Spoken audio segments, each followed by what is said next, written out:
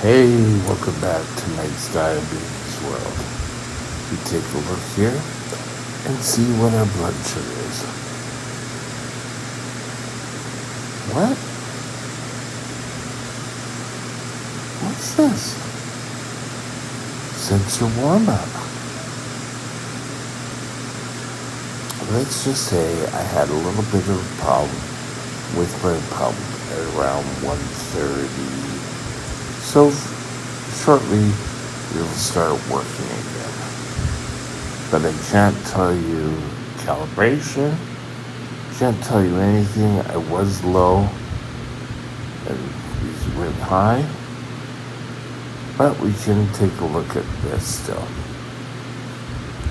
89% time in range, 6% above, 89%, 5% below. So I dropped to 3.9. I come out at 7.4. So this still looks good, even though I did have that low. I'm surprised it only went up to 5%. So I will have to stop and do a blood test if my sensor goes off. Today, it's time for another installment of Control Talk. Countdown to control. Let's just see. What was I calling this? No. Very quickly. Sorry about this, guys. Girls.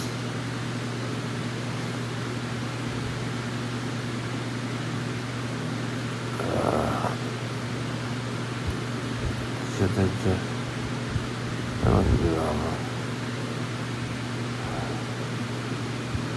Control day. Da-da-da. We'll be right back. Sorry about that. That was bad.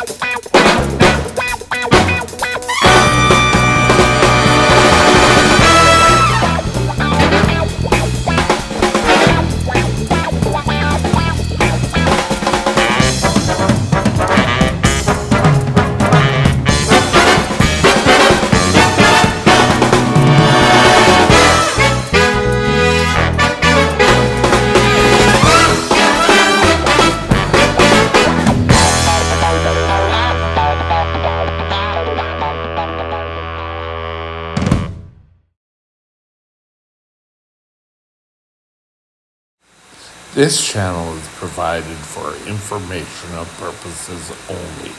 Contact your physician for any diagnostic or treatment plan. Okay, I want to get you ready for your control. We've talked about getting your records in order, ready to go. We've talked about you knowing how to do anything. Now, we want you to start planning what your doctor said. Hopefully by now you've seen your doctor, you set up a plan that you can work with, and hopefully everything's gonna be okay. So, what are we going to discuss today? Well, hopefully you're going to have a dry run. If you've decided that the pump is for you, and you've worked out payments and you've got a pump, or somehow you've acquired a pump, you're going to need, if it's a 780, you're going to need 48 hours so it learns your system before you can utilize it. So, you want to make sure you got your pump, make sure you have all your supplies, get a glucometer you can work with. Get a glucometer that will talk to your pump or your Dexcom or whatever. If you're dealing with Medtronic, you can only use the Guardian sensor. You can only use the Accu-Check Glide. So you want to make sure that is. You're going to want to make sure you know how to utilize it. So it's going to be a good idea to go through a dry run. Now, we're already within 30 days of March 17th. And March 17th is going to be the day we really get things raring to go. I hope that a number of you are taken to this program. If one, that's one more than before. Now, if it's someone like myself, and you've decided you're going to do your best, you're going to watch your blood sugars, you're going to do the best you can, and you find that things aren't working correctly, that's going to put a damper. So you want to make sure everything is working. You're going to want to study a bit more. Study about what happens with highs, what happens with lows, and be prepared that you're not going to be perfect. Just because you decide you're going to do the blood sugar and everything's just good, you're just going to do everything perfect and your blood sugars are going to fall right in line. They're not going to. You're not going to be perfect all the time. Take the word perfect and throw it as far as you can away from you and your diabetes. You're never going to be perfect. And you really shouldn't have to be worried about being perfect. You can obtain perfect results, but there's still going to be times when you're going to be way out in left field. And what happens is, my blood sugar's high. I'll just take a lot of insulin until it comes down. Or you start hiding numbers, or you're not telling people or your doctor or whatever the truth. If you find something is working for you, great. Celebrate the win. If something isn't working for you, get on it as soon as possible. This is where I talked earlier about doing your research. This is where it all comes in. If I have a high blood sugar, I know that I'm not going to I'll give myself 500 units of insulin, my blood sugar will come down quickly, and everything will be fine. It's not going to happen. You want your blood sugar to come back down at a nice even keel, if it starts going, chances are you're going to hit a low pretty damn quick. So, you want to make sure you have all your tools. You want to make sure you've done some research. You want to make sure you know how all your equipment works. You want to make sure you have enough supplies. Now, I always tried to have at least 3 months of supplies in my home. I had a cupboard in my kitchen which I stored all my pump supplies, all my sugar, all my glucometer supplies. Everything went in there. So I could go in there, I could see where it is. Chances are, if you have your glucometer stuff over there and something stored over there, you're just not going to know what you need. Now, this little box here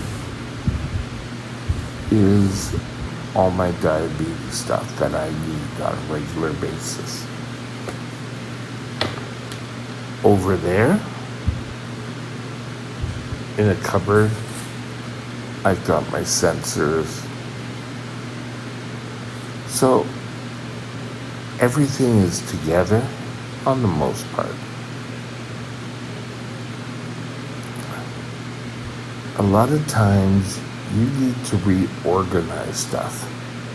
All your supplies and everything. If you just say, okay, I'm gonna go and be getting into this control thing, and you're really working at it, but all your supplies are exactly the way they were, chances are it's gonna be a mess. And it could lead you to drop. And when I mean drop, I'm not talking low blood sugar. I'm just going to be, if I borrow a term from Alcoholics Anonymous, dropped off the wagon. If you get things organized, chances are you'll know where things are. You can take a look and you know how to do an ordering. Now, make a list of all your supplies, and before you call in and say you need one item, check all your items and see, do I need this? You don't want to keep chasing after things. So, let's do a little review right now. First of all your tech, your glucometer. How many glucometers do you need? Do you need one for the office? Do you need one at home? Supplies. Do you need some here, some at the office? I was able to have my diabetic bag down on the floor when I worked in a grocery store, so that if I needed it, I could grab it, go upstairs or go wherever and tend to it. I did not have to search for all things. You want to research what causes highs, what causes lows. Jump on a high, jump on low as soon as possible. You want to ensure your doctor and your plan is working. If there's anything wrong with it, you need to call, discuss it with them. You should be seeing a diabetes educator. Now that doesn't mean by March 17th you have to have a diabetes educator. But what it does mean is you should be able to get something in place by your doctor. You're pretty well when you take control of your diabetes. You're taking what the doctor says and you're running with it. You're working with the plan. And that is the best thing. Getting up and saying, okay, took my insulin. I'm not going to eat, I'm not hungry, is a way to get rid of your plan. You can develop a plan that works for you, and that is important. So, we're getting ready for March 17th, which will be your control day. And with that, I hope you have a wonderful day, and we'll talk later. Bye now. If you enjoyed the video, please consider subscribing. Thank you. My email is mikesdiabetesworld@gmail.com. mikesdiabetesworld@gmail.com.